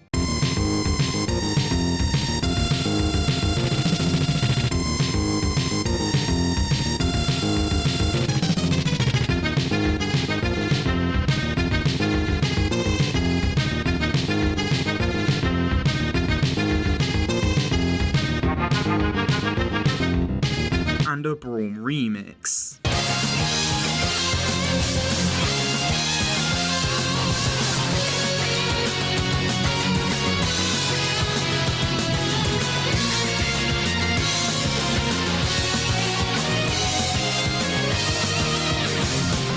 Following that is the assist trophy Samurai Goro, another F-Zero racer and bounty hunter who considers himself to be Captain Falcon's rival. When summoned, he tries to attack fighters using a samurai sword, this sword originally only appearing in the game's artwork, most notably an 8-page comic within the game's instruction booklet. In addition, there's a Mii Brawler costume based on Captain Falcon, which, like the fighter, the design is based on his appearance in F-Zero GX. To end off, there's 4 spirits, with all the spirit art coming from GX. Number 591, Captain Falcon, a fighter spirit. As mentioned earlier, Captain Falcon is the pilot of the Blue Falcon, with him being a successful bounty hunter, though outside of that, not much of his past is actually known. Number 592, Dr. Stewart, a master spirit who runs the runner style dojo, which increases air and ground mobility as well as initial dash speed, whilst decreasing jumps and mid-air and additional speed. A renowned surgeon who became an F-Zero racer after his father died, with him piloting the Golden Fox, the ship his dad used to drive. Number 593, Pico, a 1-slot advanced primary shield spirit with the effect Speed Up, an alien from Deathwind who served as a soldier in the Poropoto army, in the games piloting the Wild Goose. And number 594, Samurai Goro, a 3-slot legend primary attack spirit with the effect Speed Up, a bounty hunter and gang leader who often finds himself struggling to beat Captain Falcon, with him piloting the Fire Stingray.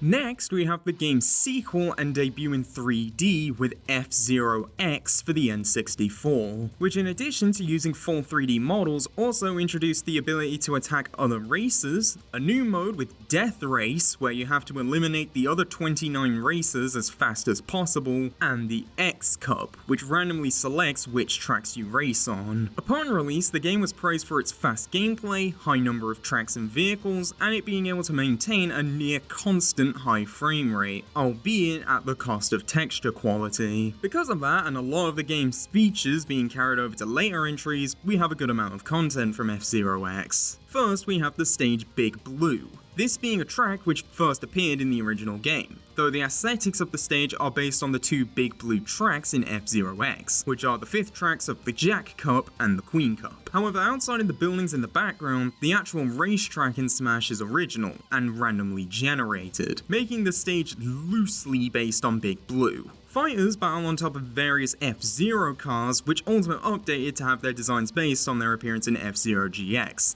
as well as the Falcon Flyer, a ship belonging to Captain Falcon which within the F-Zero series only appeared in a comic included in the original F-Zero's instruction book. Then there's 4 music tracks. Car Select, which plays on the main menu and while selecting a character and vehicle.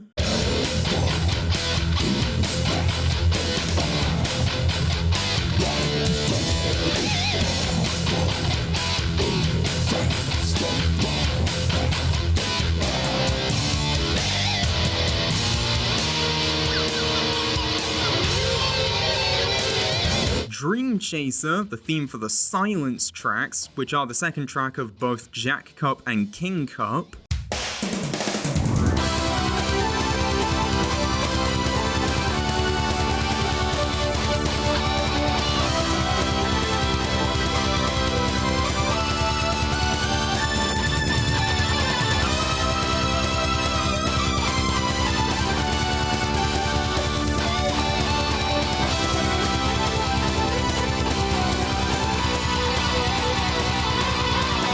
Devil's Call in Your Heart, the theme for the Devil's Forest tracks, which act as the 4th track for Jack Cup, the 3rd track for Queen Cup, and the 2nd track for Joker Cup.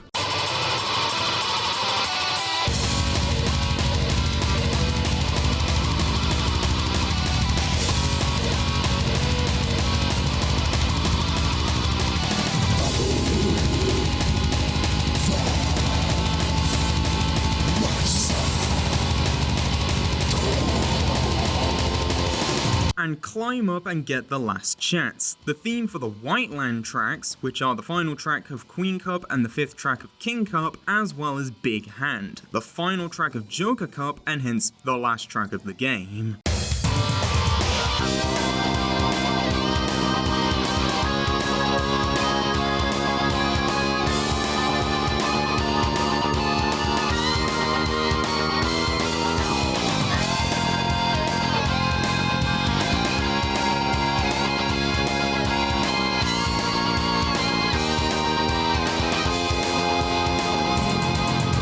Finally, there's 11 spirits, and just like the original F-Zero, all the spirit art is from F-Zero GX. Number 595, Jody Summer, a 2-slot ace support spirit with the effect Gravity Change Immunity, the pilot of the White Cat who some fans believe might be an homage to Samus from the Metroid series. Given her similar appearance to Samus without the power suit in the first Metroid, and Jody being a combat machine pilot affiliated with the Galactic Space Federation. Number 596, Mighty Gazelle, a 1-slot advanced primary shield spirit with the effect Speed Up, a man who became a cyborg after an horrific crash during an F-Zero race several years before the events of F-Zero X, with him piloting the Red Gazelle. Number 597, Baba, a 1-slot novice support spirit with the effect Trade-Off Speed Up, the pilot of the Iron Tiger who comes from the Greenland's planet Giant, possessing animal instincts and a muscular physique.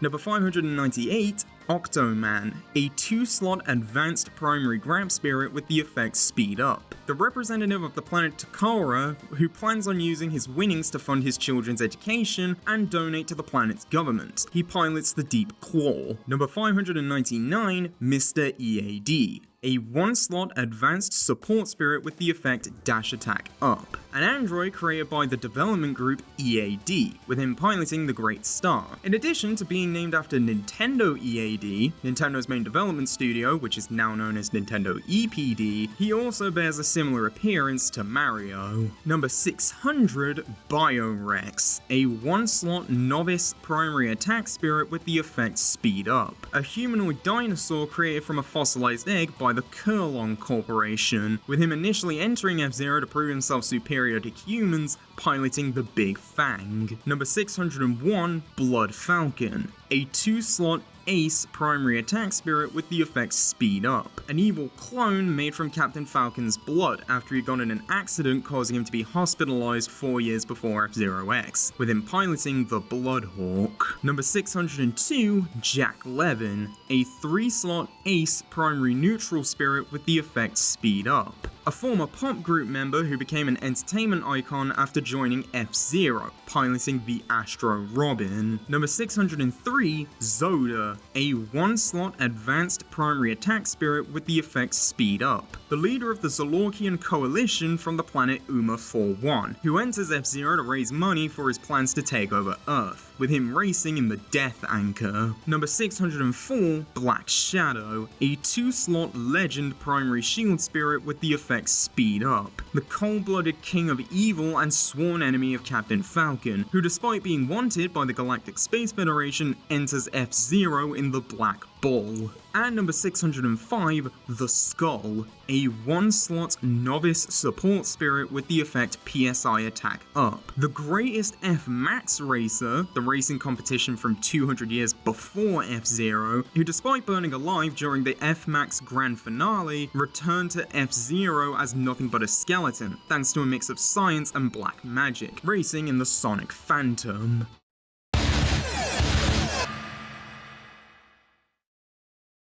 Now we have what is currently the last F-Zero game on home consoles, with F-Zero GX for the GameCube, which was a companion title for the arcade game F-Zero AX, both of which were made in collaboration with Sega, specifically their studio Amusement Vision, who had previously gained acclaim with Super Monkey Ball, with them going on to become Ryuga Gotoku Studios, the lead developers of the Yakuza series. Overall, GX was heavily praised, the only criticism coming from the game's higher difficulty and learning curve compared to previous entries, with GX becoming the GameCube's 19th best-selling game. Unfortunately, despite this success, the only other games F-Zero would receive was a handful of GBA games, one releasing before GX made by ND Cube, the current developers of the Mario Party series, and two after GX made by Suzak, who are most known for the game Wario Master of Disguise, with there having been no new entries since 2004's F-Zero Climax. Since the main additions to GX were a story mode and compatibility with an arcade port, there's not much from this entry. To start, there's the stage Port Town Aerodive, Port Town being a recurring location in the series, with it being the home of Captain Falcon, Aerodive being the first of 3 Port Town tracks in GX, specifically the second track of the Sapphire Cup. The stage itself is an almost one-to-one recreation of the original track, with the only alteration being some additional platforms to facilitate the fight. The stage sees fighters be transported to several stops along the track via a floating platform, where in addition to needing to avoid touching the road whilst the platform is moving, they also need to dodge the speeding F-Zero cars that are currently racing each other during the fight, with players being given a visual warning when the platform is about to start moving. The only other thing from GX being 3 music tracks. Brain Cleaner, which plays whilst watching replays.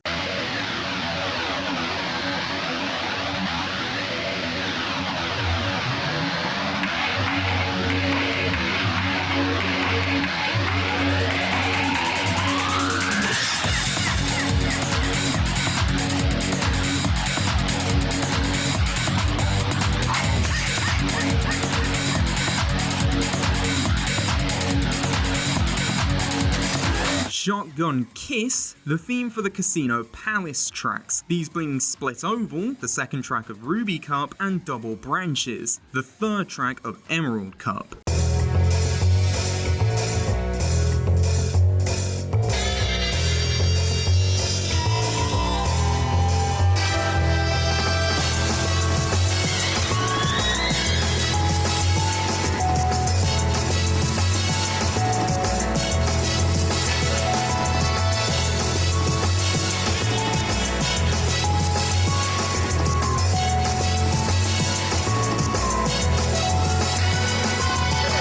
Planet Colors, the theme for the Green Plant tracks, those being Mobius Ring, the third track of Sapphire Cup, Intersection, the second track of Emerald Cup, and Spiral, the fifth track of AX Cup.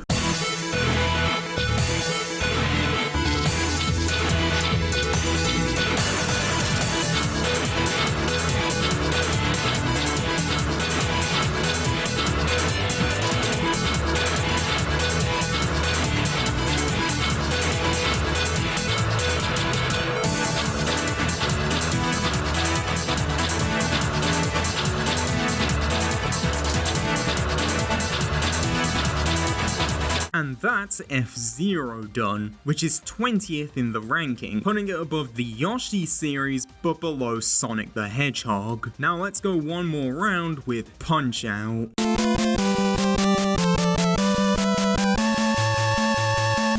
Punch-Out! Is a series of boxing games which have you play as the boxer Lil Mac, who takes on a series of opponents from the World Video Boxing Association, or WVBA, the fictional boxing governing body of the Punch-Out universe, to eventually become the world champion. The series has 5 major entries, starting in arcades with Punch-Out and Super Punch-Out, which both used a special 2-screen display, the bottom screen showing the actual fight, and the top screen displaying the score, timer, and information about the fight. Whilst doing really well in American arcades, Punch-Out wouldn't become iconic iconic until an NES game also called Punch-Out! Released, which was mostly thanks to the Western release of the game adding the real-life heavyweight boxer Mike Tyson as a bonus opponent after being the original final boss, with Tyson eventually getting replaced by the character Mr. Dream after the licensing deal expired. After that, Punch-Out! On NES would receive a sequel on the Super Nintendo, which shared the name with the second arcade game, Super Punch-Out! However, after the SNES, the series would take a 15-year hiatus before returning in 2009 on the Wii. This game also being called Punch-Out! Due to it acting as a series reboot, with Punch-Out! Wii being made by Next Level Games, who as mentioned earlier are the same studio behind the Mario Strikers series and Luigi's Mansion sequels. Since then, the series has remained dormant, most likely due to Punch-Out! Only being popular in the West, with it being pretty obscure in Japan, which is likely why, when compared to the other series we've talked about, there's not much from Punch-Out!.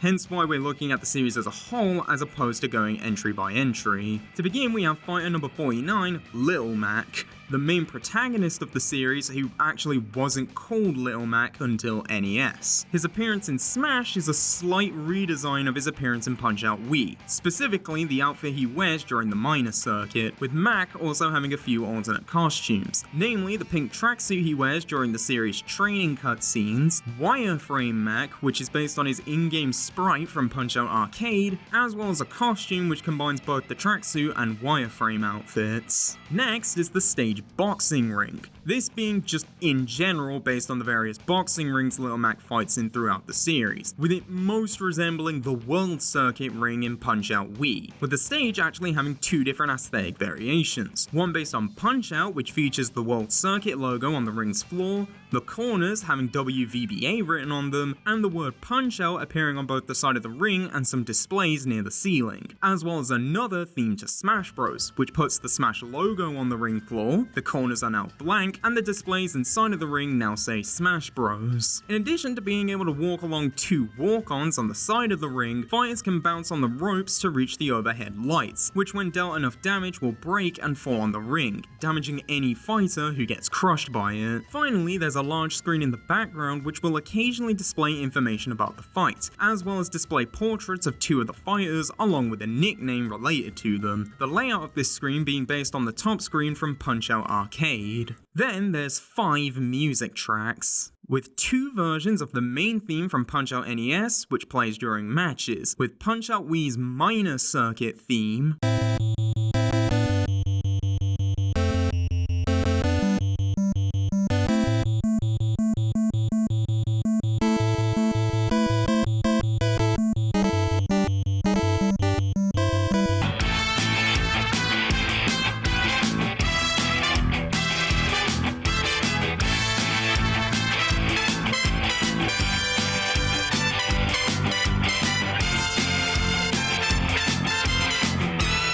and a Smash 4 remix.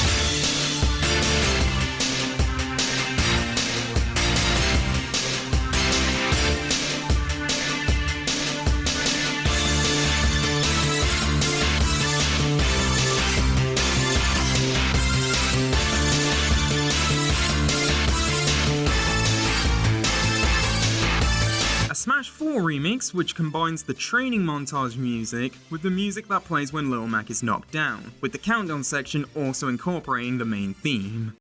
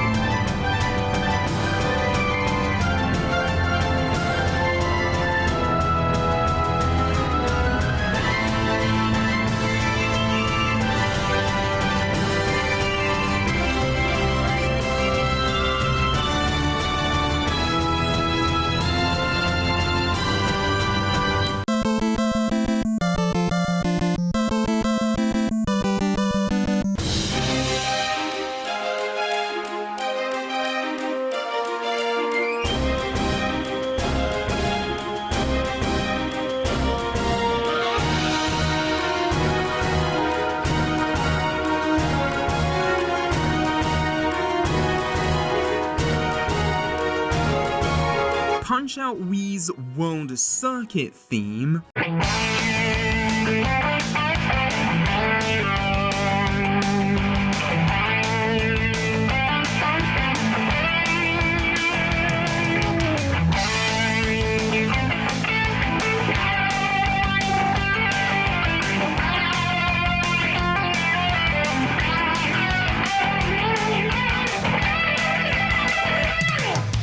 and Punch-Out Wii's title screen music.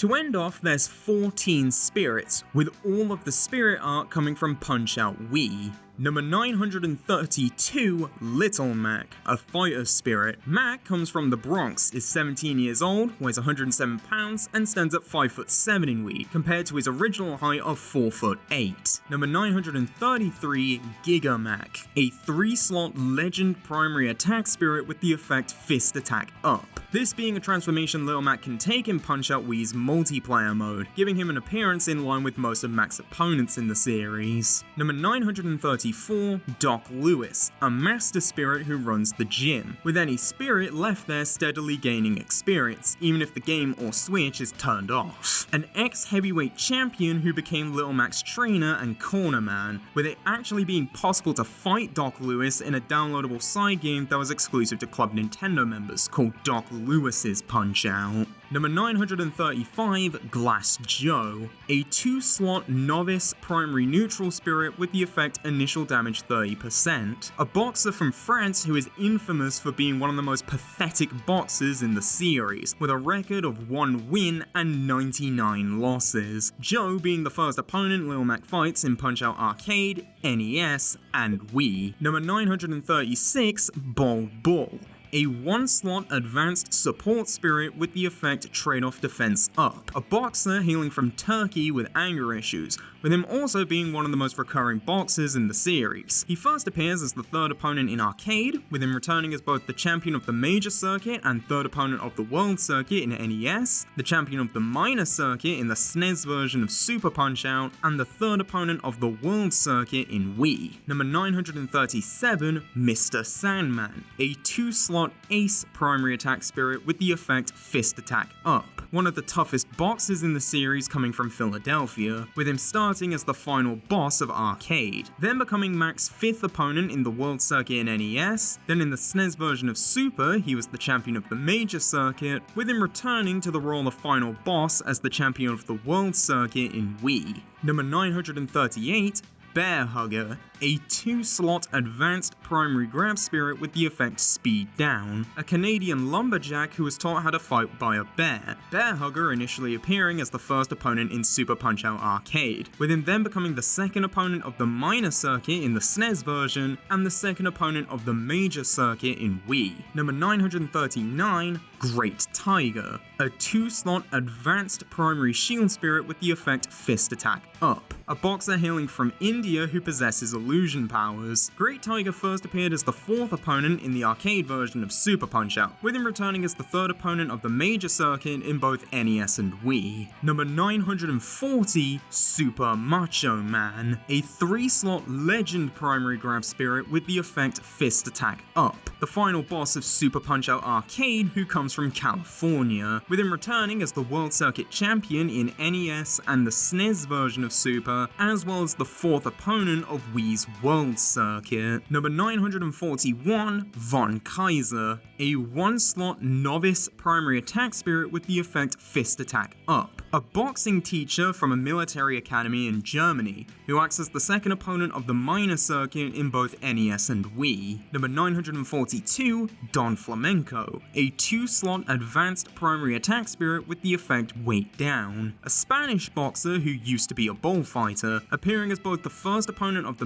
Major Circuit and 4th opponent of the World Circuit in NES, as well as the Major Circuit champion in Wii. Number 943, King Hippo, a 1-slot ace support spirit with the effect Shield Durability Up. The King of Hippo Island in the South Pacific, first appearing as the 2nd opponent of the Major Circuit in NES, before returning as the champion of the Minor Circuit in Wii. Number 944, Soda Popinski, a 1-slot ace support spirit with the effect Side Special Up. A Russian boxer who, in his first appearance as the 3rd opponent in Super Punch-Out Arcade, was actually called Vodka Drunkensky, with him being renamed to Soda Popinski when he returned as the 2nd opponent of the World Circuit in both NES and Wii. And number 945, Piston Hondo, a 1-slot novice support spirit with the effect Fist Attack Up. A Japanese boxer who was originally called Piston Honda, with him acting as the Minor Circuit champion and the 1st opponent of the World Circuit in NES, with him returning as the 1st opponent of the Major Circuit in Wii, where he was renamed to Piston Hondo, most likely to avoid potential legal issues with the car manufacturer Honda. And that's Punch-Out finished, which in the rankings is tied 35th with Banjo-Kazooie, with it being above the Street Pass Mii Plaza and below the King of Fighters. As always, leave a comment if there's a particular series you want to see me talk about, or you feel I made a mistake somewhere, and thanks for watching.